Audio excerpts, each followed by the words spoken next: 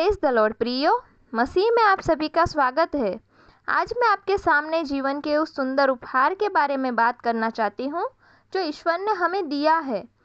अक्सर हम दुनियावी सफलता के पीछे भागते हैं, लेकिन बाइबल हमें सिखाती है कि सच्चा जीवन केवल सांसों का चलना नहीं, बल्कि ईश्वर के उद्देश्य को पूरा करना है। आइए हम कुछ मेन पॉइंट्स देखेंगे। नंबर 1, जीवन का स्रोत और उद्देश्य। बाइबल कहती है कि हम संयोग से इस दुनिया में नहीं आए हैं।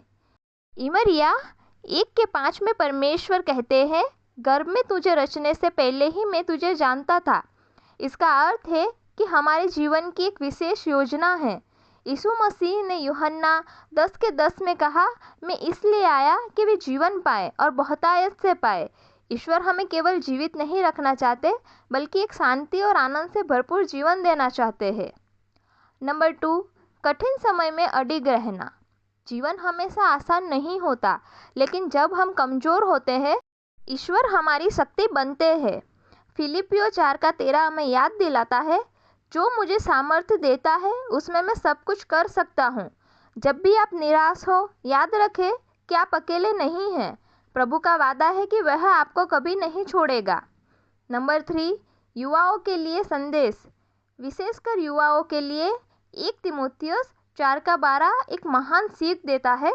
अपनी कम उम्र के कारण किसी को भी तुम्हें नीचा दिखाने न दो, बल्कि विश्वासियों के लिए वाणी, आचरण, प्रेम, विश्वास और पवित्रता में एक उदाहरण बनो।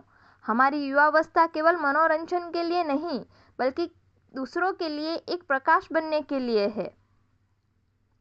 अंत में मैं यही कहूँगी कि जीवन की सफलता बैंक बैलेंस या प्रसिद्धि में नहीं, बल्कि परमेश्वर के वचन पर चलने में है। संहिता 119:9 कहता है कि एक जवान अपने चाल चलन को परमेश्वर के वचन के अनुसार चलने से ही शुद्ध रख सकता है। आइए हम अपने जीवन को उस महान सृष्टिकर्ता के हाथों में सौंप दें और हर दिन उसके प्रेम को दूसरों तक पहुंचाए। धन्यवाद। ईश्वर आप सबको बहुत आशीष दे। आइए हम सिर को झुकाकर आंखें बंद करके प्रार्थना करेंगे। हे स्वर्गीय पिता, हम आज के सुंदर दिन और जीवन के उपहार के लिए आपका धन्यवाद करते हैं। जैसा कि आपका वचन भजन संहिता 118:24 में कहता है, यह वह दिन है जो यहोवा ने बनाया है, हम इसमें मगन और आनंदित हो। प्रभु, हम अपने जीवन को आपके हाथों में सौंपते हैं। हमें अपने मार्ग पर चलाइए और अपनी बुद्धि से भर दीजिए। नीति वचन 3:5 और 6 के अनुसार हम अपने मन का सहारा न लेकर अपने पूरे हृदय से आप पर भरोसा रखते हैं। हमारी सहायता करें कि हम हर कदम आपकी इच्छा के अनुसार उठा सके। पिता, हमारे परिवार और हमारे कार्यों पर अपनी आशीष बनाए रखें। जब हम कमज़ोर पड़े तो हमें यशाया 40:31 के अनुसार नई शक्ति दे, ताकि हम चील की तरह उड़ान भर सके और कभी ना थके।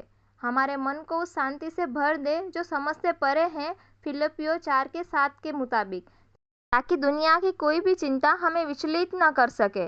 हमें दूसरों के लिए प्रेम, दया और ज्योति का स्रोत बनाइए। अपनी सुरक्षा और अनुग्रह के लिए आपका धन्यवाद। हम यह प्रार्थना अपने प्रभु और उद्धारकर्ता यीशु मसीह के नाम से मांगते हैं। आमीन।